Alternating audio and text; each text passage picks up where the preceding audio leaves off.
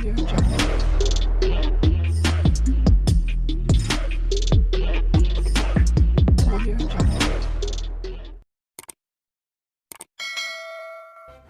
kasih kerana memilih channel ini. Sebelum kita mulakan video ini, sila pertimbangkan untuk menekan butang like, share dan subscribe dan aktifkan butang lonceng anda agar anda sentiasa mendapat info-info percuma pada setiap hari dari channel kami. Dan tinggalkan komen anda kerana komen anda amatlah dihargai.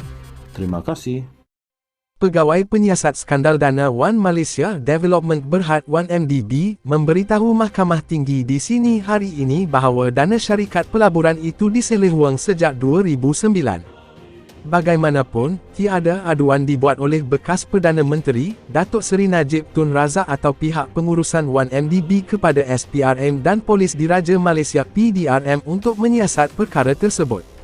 Oleh itu, Penguasa Kanan Suruhanjaya Pencegahan Rasuah Malaysia SPRM, Nur Aida Arifin memberitahu, tiada tindakan undang-undang diambil ke atas ahli perniagaan dalam buruan, JOLO atau nama sebenarnya, Low Tech Jo dan pihak-pihak berkaitan. Dana 1MDB telah dilencongkan sejak tahun 2009. Tiada sebarang tindakan undang-undang diambil atas JOLO ataupun mana-mana pihak. Tiada sebarang aduan dibuat oleh Najib atau pihak pengurusan 1MDB kepada pihak berkuasa iaitu SPRM dan PDRM. Najib juga tidak pernah mengarahkan mana-mana anggota pengurusan 1MDB menjarakkan diri daripada JOLO, kata saksi pendakwaan ke-49 itu pada perbicaraan di hadapan Hakim Datuk Colin Lawrence Siquirah hari ini. Kata pegawai penyiasat itu lagi, selepas siasatan secara keseluruhan SPRM mendapati JOLO bersama keluarga Najib pernah bercuti bersama-sama di atas kapal layar RM Elegance di perairan selatan Perancis pada 2009. Ini termasuk percutian di atas kapal layar Golden Odyssey di perairan Greece dan Itali pada 2010 yang diuruskan oleh JOLO dan kapal layar Topaz di perairan selatan Perancis pada 2013 yang turut disertai putera mahkota UAE, Sheikh Mansour Zayed Al Nahyan dan Mohammed Badawi Al Husseini yang diurus JOLO dan Tan Kim Loong, katanya.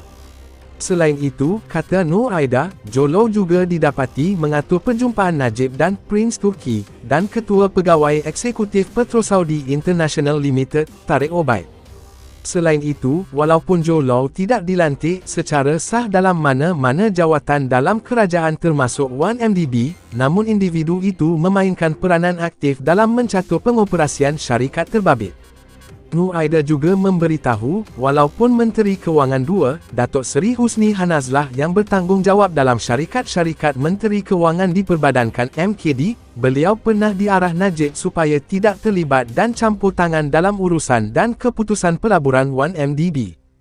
Najib sebagai Perdana Menteri, Menteri Kewangan dan pengerusi ahli Lembaga Pengarah BOD 1MDB mempunyai accountability dalam setiap tindakan beliau lakukan, katanya.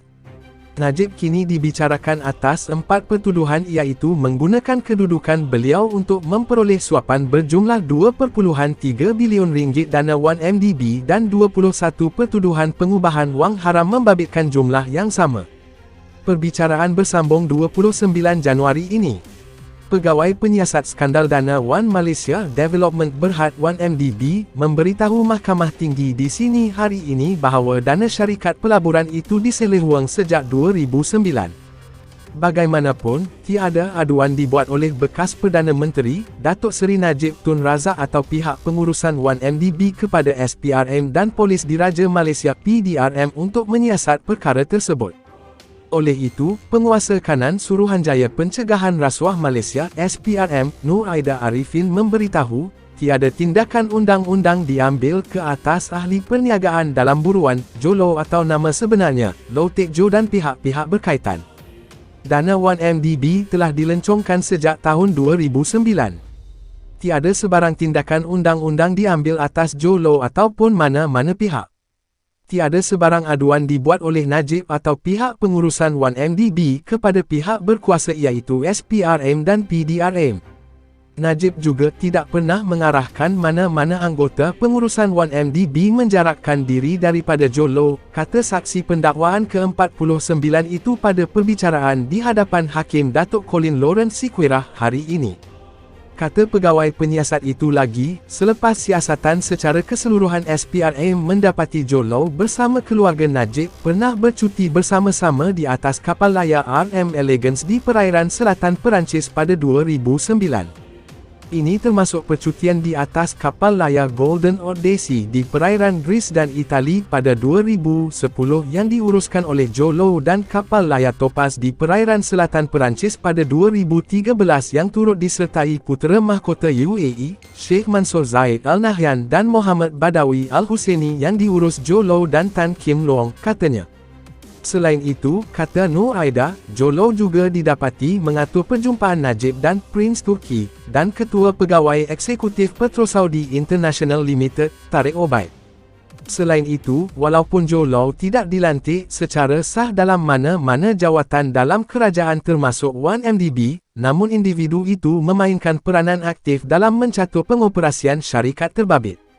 Nur Aida juga memberitahu, walaupun Menteri Kewangan II, Datuk Seri Husni Hanazlah yang bertanggungjawab dalam syarikat-syarikat Menteri Kewangan diperbadankan MKD, beliau pernah diarah Najib supaya tidak terlibat dan campur tangan dalam urusan dan keputusan pelaburan 1MDB. Najib sebagai Perdana Menteri, Menteri Kewangan dan pengerusi ahli Lembaga Pengarah BOD 1MDB mempunyai accountability dalam setiap tindakan beliau lakukan, katanya. Najib kini dibicarakan atas 4 pertuduhan iaitu menggunakan kedudukan beliau untuk memperoleh suapan berjumlah 2.3 bilion ringgit dana 1MDB dan 21 pertuduhan pengubahan wang haram membabitkan jumlah yang sama. Perbicaraan bersambung 29 Januari ini. Pegawai penyiasat skandal dana One Malaysia Development Berhad 1MDB memberitahu Mahkamah Tinggi di sini hari ini bahawa dana syarikat pelaburan itu diseleweng sejak 2009. Bagaimanapun, tiada aduan dibuat oleh bekas Perdana Menteri, Datuk Seri Najib Tun Razak atau pihak pengurusan 1MDB kepada SPRM dan Polis Diraja Malaysia PDRM untuk menyiasat perkara tersebut. Oleh itu, Penguasa Kanan Suruhanjaya Pencegahan Rasuah Malaysia SPRM, Nur Aida Arifin memberitahu, tiada tindakan undang-undang diambil ke atas ahli perniagaan dalam buruan, Jolow atau nama sebenarnya, Low Teck Jo dan pihak-pihak berkaitan. Dana 1MDB telah dilencongkan sejak tahun 2009. Tiada sebarang tindakan undang-undang diambil atas Jolow ataupun mana-mana pihak. Tiada sebarang aduan dibuat oleh Najib atau pihak pengurusan 1MDB kepada pihak berkuasa iaitu SPRM dan PDRM.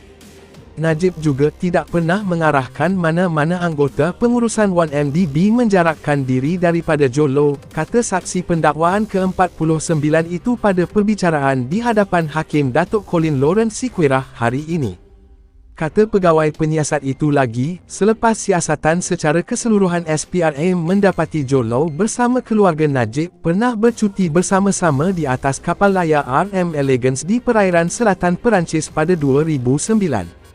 Ini termasuk percutian di atas kapal layar Golden Odyssey di perairan Greece dan Itali pada 2010 yang diuruskan oleh Jolow dan kapal layar Topaz di perairan selatan Perancis pada 2013 yang turut disertai putera mahkota UAE, Sheikh Mansour Zayed Al Nahyan dan Mohammed Badawi Al Husseini yang diurus Jolow dan Tan Kim Luong, katanya.